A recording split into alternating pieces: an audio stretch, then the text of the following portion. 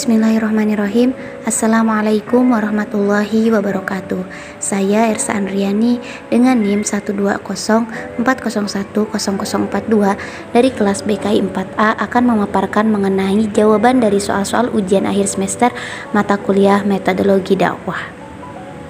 Saja kepada jawaban dari pertanyaan nomor pertama, yaitu mengenai analisis sistem dakwah dan juga kasus sesuai ranah dari bimbingan konseling Islam. Sebelum kepada alur analisis sistem dakwah, saya akan menjelaskan terlebih dahulu apa itu analisis sistem.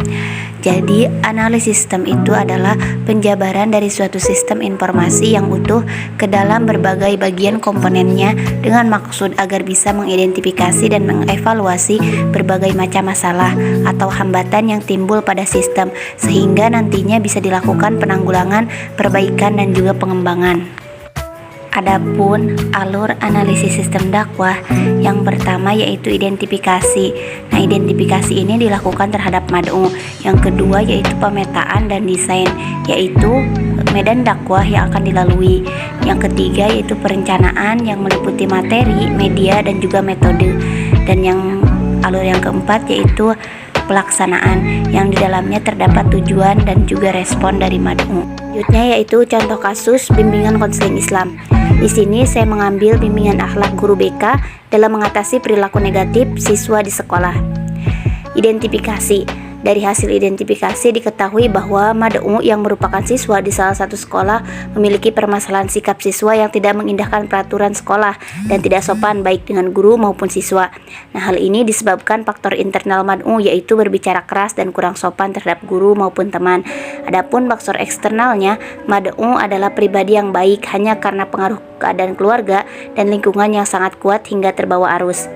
Yang kedua yaitu pemetaan dan desain atau medan.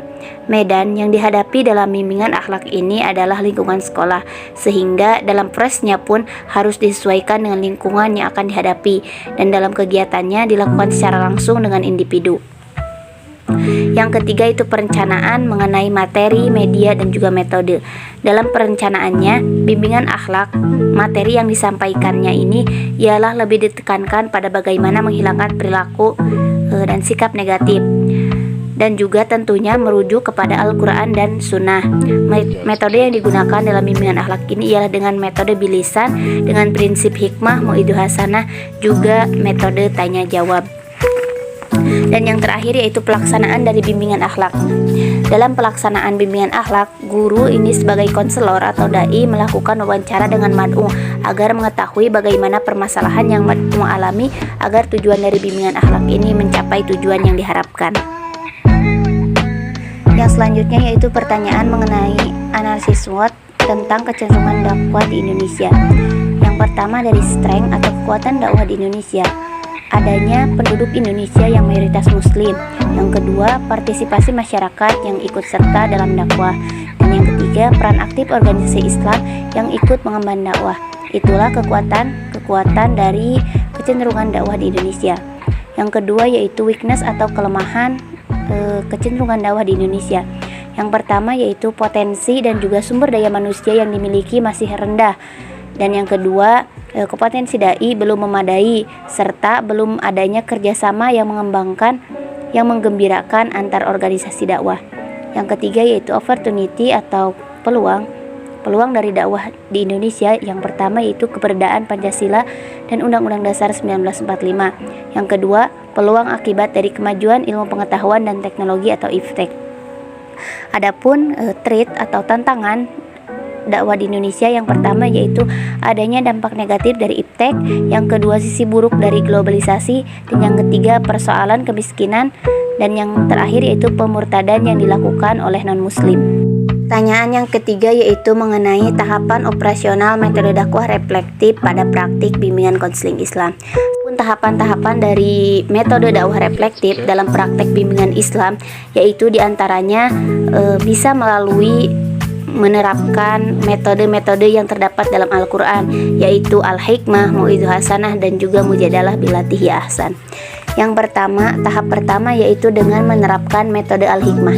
Al-Hikmah ini dapat diterapkan dalam serangkaian proses konseling seperti pada tahap awal konseling, di mana dalam proses ini bertujuan untuk mendefinisikan masalah, Pada tahap ini, konselor membantu konseli untuk mendefinisikan masalah yang dihadapi. Pada tahap ini juga, konselor dapat menggunakan teknik-teknik seperti attending, empati, bertanya, memulai pembicaraan, eksplorasi, dan refleksi, di mana dalam proses ini berusaha untuk memahami suatu permasalahan konseli dengan cara yang baik. Tahap yang kedua yaitu dengan menerapkan metode Mau'idhah Hasanah. Mau'idhah Hasanah dapat diterapkan dalam serangkaian proses konseling, seperti dalam tahap pertengahan yang merupakan tahap kerja, di mana akan adanya nasihat-nasihat agar mad'u atau klien bisa menemukan berbagai alternatif atas permasalahan yang dihadapi. Nah, teknik yang digunakan pada tahap kedua ini antara lain memimpin, fokus, mengarahkan, menafsirkan, memperjelas, mendorong, memberi nasihat, dan menyimpulkan sementara. Dan tahap yang ketiga yaitu dengan menerapkan metode mujadalah billatihi ahsan. Mujadalah billatihi ahsan ini diterapkan pada tahap akhir, yaitu tahap tindakan atau action. Nah, hal tersebut dikarenakan berusaha untuk meyakinkan klien. Pada tahap ini, konseli sudah memiliki gambaran tentang berbagai alternatif solusi. Teknik yang digunakannya pun pada tahap akhir ini antara lain menyimpulkan, mendorong, merencanakan, menilai, evaluasi, dan juga mengakhiri sesi. Pertanyaan yang nomor 4 yaitu mengenai perbandingan metode riset dakwah partisipatif untuk jurusan BKI dan juga PMI. Nah, pendekatan partisipatif menghendaki sasaran dakwah dilibatkan dalam perencanaan dakwah, bahkan dalam penggunaan permasalahan dan kebutuhan. Nah, sebagai landasan dalam cara kerja partisipatif adalah gagasan yang datang dari masyarakat dengan melakukan gerakan. Yang pertama dari pemetaan awal. Pada jurusan PMI, pemetaan awal ini dilakukan dengan memahami kondisi dan karakteristik suatu wilayah sebelum melakukan gerakan. Sedangkan pada jurusan BKI, pemetaan awal ini sama dengan kita memahami kondisi mad'u secara personal. Yang kedua yaitu membangun hubungan. Jika di jurusan PMI membangun hubungan ini dengan menggabungkan diri dengan masyarakat atau terjun secara langsung, maka BKI dalam hal ini lebih kepada menciptakan kenyamanan bagi si mad'u. Yang ketiga yaitu merumuskan masalah. Pada jurusan PMI, perumusan masalah dilakukan dengan mufakat dengan masyarakatnya yang mengungkapkan segala permasalahan agar membantu mengidentifikasi masalah. Sama halnya dengan jurusan BKI, perumusan masalah dilakukan oleh dai dan mad'u dengan cara si mad'u menceritakan permasalahan yang dialami agar kedepannya mendapat solusi. Dan yang keempat yaitu perencanaan. Dalam perencanaan, PMI dilakukan bersama komunitas, sedangkan pada BKI hanya dilakukan oleh satu orang individu atau mad'u yang menjadi klien. Pertanyaan yang nomor 5 yaitu mengenai makna dakwah wasatiyah menurut Al-Quran, menurut hadis, menurut pendapat ulama salaf atau klasik, dan juga menurut pendapat ulama khalaf atau kontemporer. Yang pertama, dakwah wasatiyah menurut Al-Quran. Kata-kata wasat dengan berbagai derivasinya dalam Al-Quran berjumlah 3 kali, yaitu surat Al-Baqarah ayat 143 dan 238, juga dalam surat Al-Qalam ayat 48. Nah, dalam surat Al-Baqarah ini yang ayat 143 disimpulkan bahwa Allah telah menjadikan umat Islam sebagai umatan wasaton, yaitu umat yang adil dan terpilih, memiliki kesempurnaan ajaran yang lurus. Jadi makna dakwah wasatiyah dalam Al-Quran ini bermakna umat yang adil dan terpilih. Yang kedua yaitu dakwah wasatiyah menurut hadis. Istilah wasatiyah sebagai suatu konsep memiliki beberapa makna yang berdekatan dengan konsep lainnya, seperti konsep keadilan, al-adl, dan konsep keseimbangan, al-tawazun. Hal ini berdasarkan hadis Nabi yang menafsirkan makna al-wasat dengan makna al-adl, sebagaimana yang diriwayatkan oleh Ahmad bin Hanbal dan Al-Bukhari dalam kitab mereka. Penyebutan kata wasatiyah hampir tidak ditemukan dalam literatur hadis Nabi, tetapi makna wasatiyah dikenal dengan kalimat al-qasdu yang memiliki padanan kata dengan al-wasat seperti dalam hadis yang diriwayatkan oleh Al-Bukhari. Nah, yang ketiga yaitu dakwah wasatiyah menurut ulama salaf atau klasik. Ibnu Asyur mendefinisikan kata wasat dengan 2 makna. Pertama, definisi menurut etimologi, kata wasat berarti sesuatu yang ada di tengah atau sesuatu yang memiliki 2 belah ujung yang ukurannya sebanding. Kedua, definisi menurut terminologi bahasa, makna wasat ini adalah nilai-nilai Islam yang dibangun atas dasar pola pikir yang lurus dan pertengahan, tidak berlebihan dalam hal tertentu.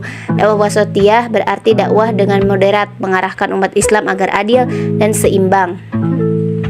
Dan yang terakhir yaitu dakwah wasatiyah menurut ulama khalaf atau kontemporer. Menurut Yusuf Al-Qaradawi, dakwah wasatiyah adalah sebuah pandangan atau sikap yang selalu berusaha mengambil posisi tengah dan dua sikap yang berseberangan dan berlebihan, sehingga salah satu dari kedua sikap yang dimaksud tidak mendominasi pikiran dan sikap seorang. Dengan kata lain, dakwah wasatiyah yaitu suatu sikap dakwah yang memberi setiap nilai atau aspek yang berseberangan bagian tertentu tidak lebih dari porsi yang semestinya, tidak menghakimi, memanusiakan dan memuliakan manusia serta hidup rukun damai dalam keragaman.